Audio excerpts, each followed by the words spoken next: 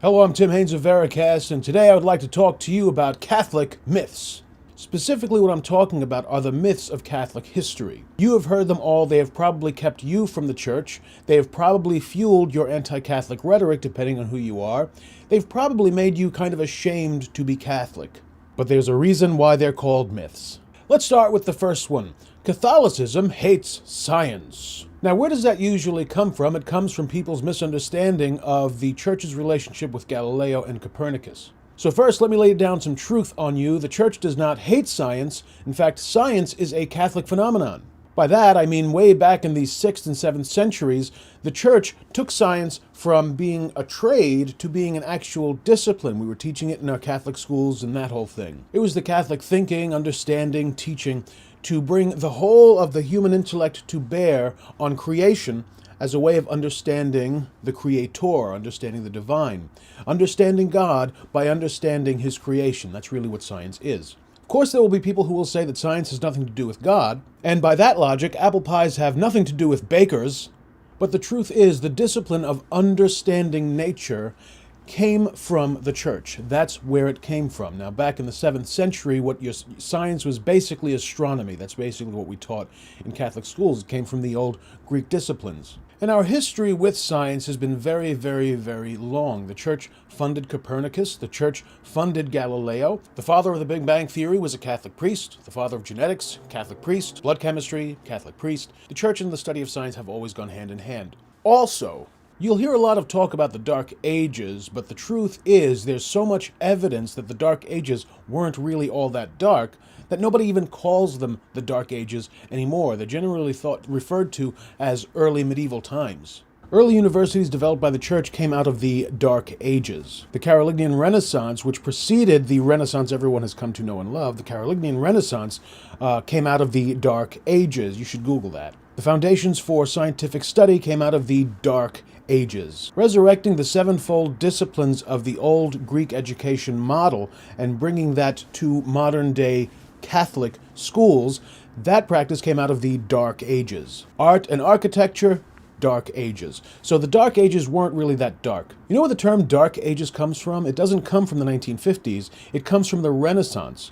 The Renaissance considered the period that preceded it to be the Dark Ages, because in the Renaissance everyone was all about light and personal discovery and this and that and blah blah blah and all sorts of nonsense. So compared to the Renaissance, the Dark Ages were considered dark, although realistically speaking, especially from a historical context in 2013, the Dark Ages weren't dark at all. Now, the modern myth is that the Catholic Church suppressed learning and science and art through the Dark Ages, and everyone was punished for reading books and all of this nonsense. Most people who bring up the Dark Ages don't actually know why they're called the Dark Ages. They just assume that the Catholic Church was suppressing knowledge and learning and all that stuff. But you don't have to take my word for it. Do the research yourself. History proves that not only is none of that true, but the Catholic Church had a huge role in lending to art and science and culture and architecture.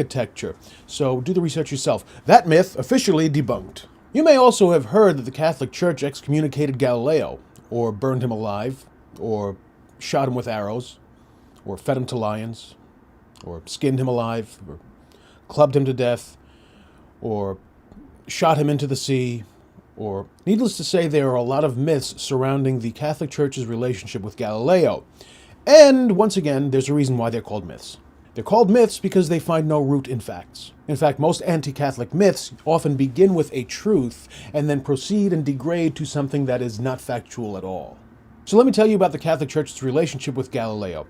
Galileo and the Catholic Church were kissing cousins and loved one another up until and including the time of Galileo's death. He was a practicing Catholic until his death. He even had a Catholic burial. Galileo was funded by the Church to exhibit the heliocentric theories of Copernicus. So what that means was they wanted some substantial proof that showed the Earth really did revolve around the sun. We already knew about the theory. We funded Copernicus. It was his theory.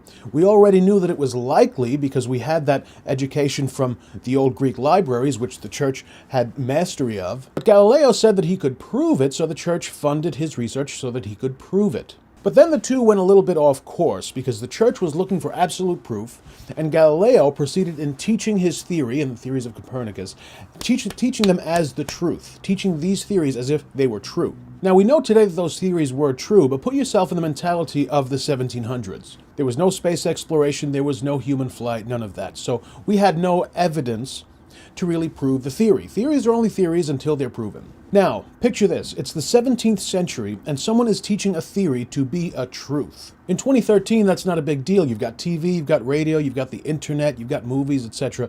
There are a lot of ways to correct people's misunderstandings. It's not easy to correct a cultural misunderstanding when it's been floating around Europe for 50 years, and there's no way to rein it in and to correct people on a large scale. So knowledge was treated very, very carefully, and no one was permitted to teach theory as truths until the theories were proven or exhibited. It wasn't that the church had an issue with the heliocentric theory, it was just that the church had very strict guidelines on how knowledge could be taught. So when Galileo began teaching theory as truth, that became a problem. So yes, Galileo was put on trial for disobeying the church. I forget how long the trial lasted, but it was rather brief.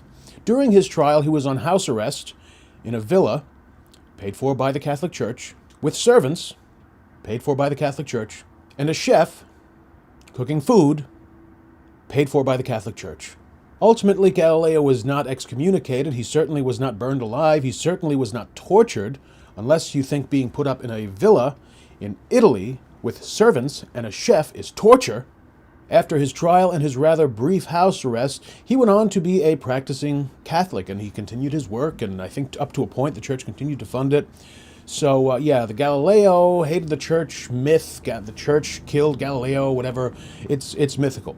You'll also hear people talk a good game about the Crusades and the Spanish Inquisition. Catholics, listen to what I'm telling you. 9 times out of 10, anyone who gets in your face and says Crusades or Spanish Inquisition, they don't know what they're talking about. So don't be scared, don't be nervous, don't be frightened. Just get educated on those issues. I'll go over them with you very briefly right now. First, let's start with the Spanish Inquisition. Let's talk about what the Spanish Inquisition was not. The Spanish Inquisition was not instigated by the Catholic Church. The Spanish Inquisition was not an effort to force people to convert to Catholicism. The Spanish Inquisition ultimately had nothing to do with religion at all. Shocker! The Spanish Inquisition was the product of the Spanish monarchs, that's why it's called the Spanish Inquisition, and it was really an effort to unearth Spaniards who had converted to Catholicism, but really were continuing to practice their old religion. Now, I just told you a moment ago it had nothing to do with religion, right? Because here's the thing. The people who converted to Catholicism but were still secretly practicing Islam or even Judaism, these were actually spies. These were alleged spies who were consorting with the old Muslim occupiers of Spain. Spain was getting back on its feet after having finally just vanquished the old Muslim occupiers from Spain. The Islamic Empire had occupied Spain for 800 years. Spain had just finally gotten rid of the last of them, and Spain was trying to kind of get back on its feet as a sovereign realm. Now, when the Islamic Empire invaded Spain, they were able to do that because they had a lot of friends inside of the Spanish borders. Some of them were other Muslims, and many of them actually, believe it or not, were Jews. So now following their liberation, now there are reports from the south of Spain that there are still Jews and Muslims who pretended to convert to Catholicism, who continue to consort with the ancient enemy, the Islamic Empire. And as it turns out, that was actually true. It wasn't just some empty allegation. So Spain utilized a mechanism of the Catholic Church called an Inquisition, which is originally intended to identify people who've adopted a heresy, address them, engage in a dialogue with them, find out why they believe their heresy, and attempt to correct them. That's what an inquisition is. It's not an effort to force conversion. It's an effort to purify the faith of those who already believe in Catholicism. And torture has nothing at all to do with it. So the Spanish monarchs decided to use the mechanism of an inquisition to unearth these false Catholics, find out what they really believe, how they really practice their faith, unearth these false Catholics, and find out if they're really spies in disguise. That was cool.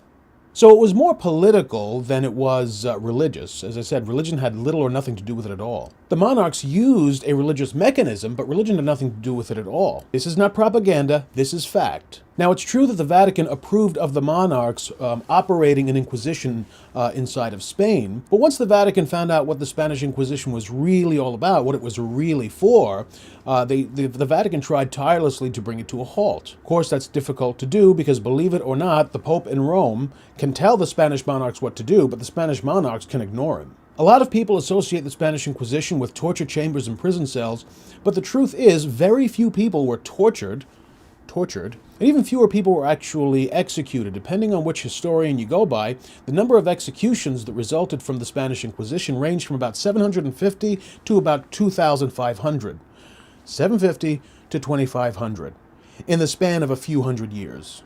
It wasn't a billion, it wasn't 10 million, it wasn't 20 trillion. Those numbers are just ridiculous. One historian you might want to look up is a man called Katz. I forget his first name, K-A-T-Z. He's a Jewish historian, fairly modern Jewish historian, and he writes pretty extensively about the Spanish Inquisition from a secular Jewish perspective. And Katz is one of the historians who has the number of executions set at around 750. And let's talk about those executions for a minute. Were they executed for not being Catholic? No, they were executed for high crimes against the realm. In modern American terms, they were executed for treason. Again, had nothing at all to do with religion. Let's talk about the torture chambers. What were the torture chambers like? The Inquisition prison system was actually so lenient that real hardened criminals were telling lies about their affiliations with the church and with the Muslim occupiers, etc. They were telling lies so that they could get transferred to the more lenient, more easygoing Inquisition prisons. Now, a lot of people think of medieval torture chambers, Spaniards stretched out on racks and people being tortured with red-hot pokers whenever they think of the Spanish Inquisition. But as it turns out, none of that is actually true. Now, for more about that and for more about the Spanish Inquisition in general, I've linked you down there to an article that I wrote which explains the Spanish Inquisition much more completely. And you'll want to start there. You want to go read that article and start your research there, and then proceed with your own research. But you will find that the church has little to nothing to apologize for with regard to the Spanish Inquisition. Once again, that is not propaganda, that is historical fact.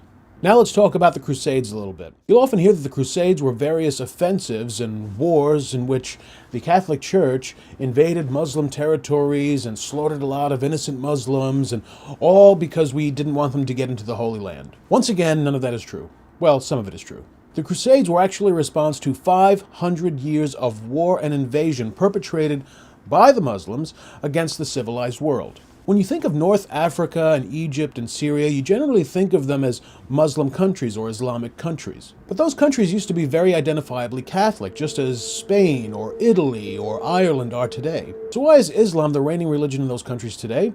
Well, because for the 500 years that came before the Crusades, the Muslim Empire was kind of waging war. It was a war machine that was going through the region, conquering these once Catholic territories. Eventually, as the Islamic war machine proceeded northward toward Turkey and the Holy Land, at that point, Christianity said, that's as far as you're going to go. So the Crusades weren't really an offensive at all. The Crusades really were a response, a retaliation to the Islamic war machine that had been waging war against Christianity for 500 years. Christianity drew the proverbial line in the sand at the Holy Land. You'll hear a lot about grave injustices perpetrated by the Crusaders against innocent Jews and innocent Muslims. Some of that is true. Now, here's what I mean by that. Some of that is true because there were dishonorable crusaders. Yes, there absolutely were dishonorable crusaders. But most of the crusaders, and by most I mean the vast majority, were honorable men who were fighting for a just cause. There were dishonorable crusaders who were fighting for land or for treasure and things like that, and some of them were just fighting because they liked killing people. But those were in the extreme minority. Much of what you will hear the common person tell you about the Crusades is highly, highly mythical. So I encourage you to do some honest research yourself. You can start by going to that other link that I've placed down in the description, just beneath this window. And I've written another long article explaining the Crusades and giving you some background, and I explain a few things. But don't just stop there. Do your own research. Do some honest research. You will see that I'm telling you the truth. Again, most myths against the Catholic Church are highly mythical. They start with something that is true, and they get distorted into something that is mythical. Often the result that this has is Catholics are ashamed of their faith. They really shouldn't be. Anti-Catholics with not a single argument of their own love saying things like, Inquisition, the Crusades. But really, those statements have no weight whatsoever. Don't be afraid and don't be offended and don't be embarrassed when someone brings up the Inquisition or the Crusades. You have nothing to apologize for, nothing. Don't be intimidated or embarrassed when someone says Galileo and the church hates science, because none of that is true. In fact, let me just cut to the chase.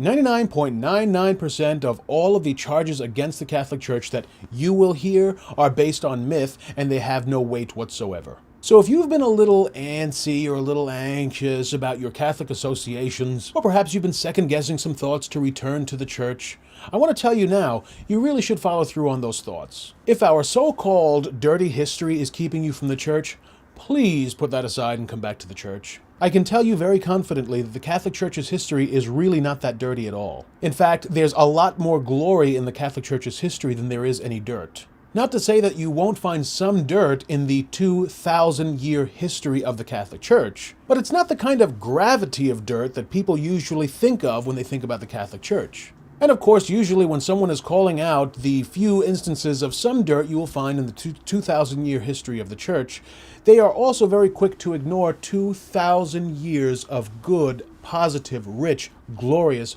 beautiful, amazing history.